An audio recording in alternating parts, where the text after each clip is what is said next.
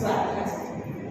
प्रत्येकात जागा मिळेल ते स्वर्ग जपत आला स्वार्थाचं बिंदूप्रमाणे. पण बिंदूतून परी किती काढला, कुठपर्यंतची त्रिज्या वाढवली तुझ्या चांगुलपणाची.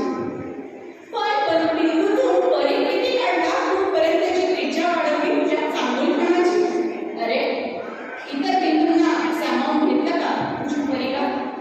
अरे इतर बिंदूंना सामावून घेतलं का तुझ्या परीला?